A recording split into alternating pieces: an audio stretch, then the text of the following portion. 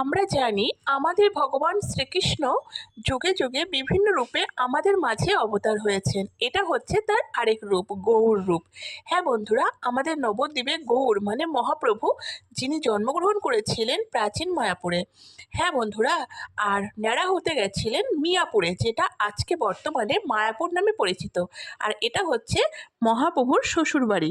এখানে বিষ্ণুপ্রিয়ার সাথে বিবাহ বন্ধনে আবদ্ধ হয়েছিলেন। এখানে নানান নাম পাঠ কীর্তন হয়। দেখো কত সুন্দর মন্দিরটা। এই ভিডিওটা তোমাদের সাথে শেয়ার করলাম। এটা হচ্ছে বিষ্ণুপ্রিয়ার পিতামাতা, কোলে বিষ্ণুপ্রিয়া রয়েছে, যেটা আপনারা দেখতে পাবেন জন্মস্থানে গেলে। মহাপ্রভু বসে আছে সচী মায়ের কোলে। দেখো তুলসী মন্দিরটা কত সুন্দর, আর এখানে হচ্ছে গরুর পাখি।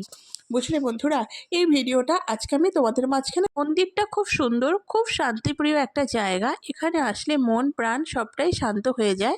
তোমরা যদি কখনো সময় পাও অবশ্যই এই মন্দিরে আসবে, একবার পরিদর্শন করে যাবে। আশা করি তোমাদের ভীষণ ভালো লাগবে বন্ধুরা। আর এখানে বিভিন্ন টুরিস্টরা এসে যাদের থাকতে ইচ্ছুক, তারা থাকে, যারা পূজা অর্চনা করে, দেখভাল করে, তারা থাকে।